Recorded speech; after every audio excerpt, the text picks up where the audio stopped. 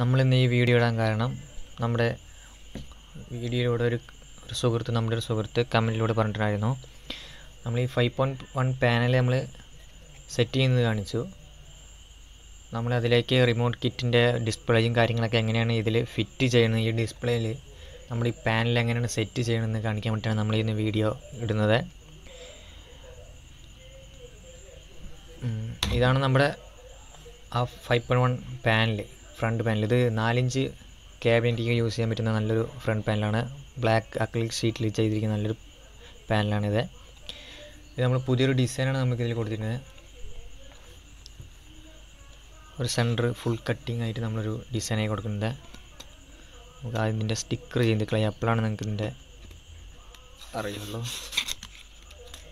നല്ല ഫിനിഷിങ്ങോടെയാണ് നമ്മളിത് ചെയ്തിരിക്കുന്നത്.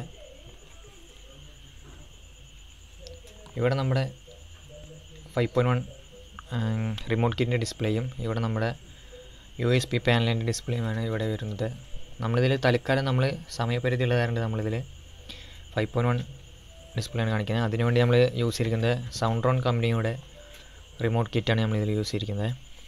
ഇതാണ് അതിൻ്റെ ഡിസ്പ്ലേ വരുന്നത്. ഇതിൻ്റെ കൺസെൻസ് ഫുൾ ഇതിലാണ്. പിന്നെ USB സോക്കറ്റിന് വേണ്ടി ഒരു സോക്കറ്റ് നമ്മളതിൽ വയർ മുൻകൂട്ടി തന്നെ ഷോൾഡർ ചെയ്ത് വെച്ചിട്ടുണ്ട്. പിന്നെ അതിൽ വരുന്നത് അതിൻ്റെ പവർ കോഡും ഡാറ്റ കേബിളും പിന്നെ അതിൻ്റെ എൻകോഡറും കാര്യങ്ങളൊക്കെയാണ്. ഇത് സെൻസർ, ഇതിൻ്റെ സ്പീക്കർ പ്രൊട്ടക്ഷൻ ബോഡിക്ക് വരുന്നതാണിത്.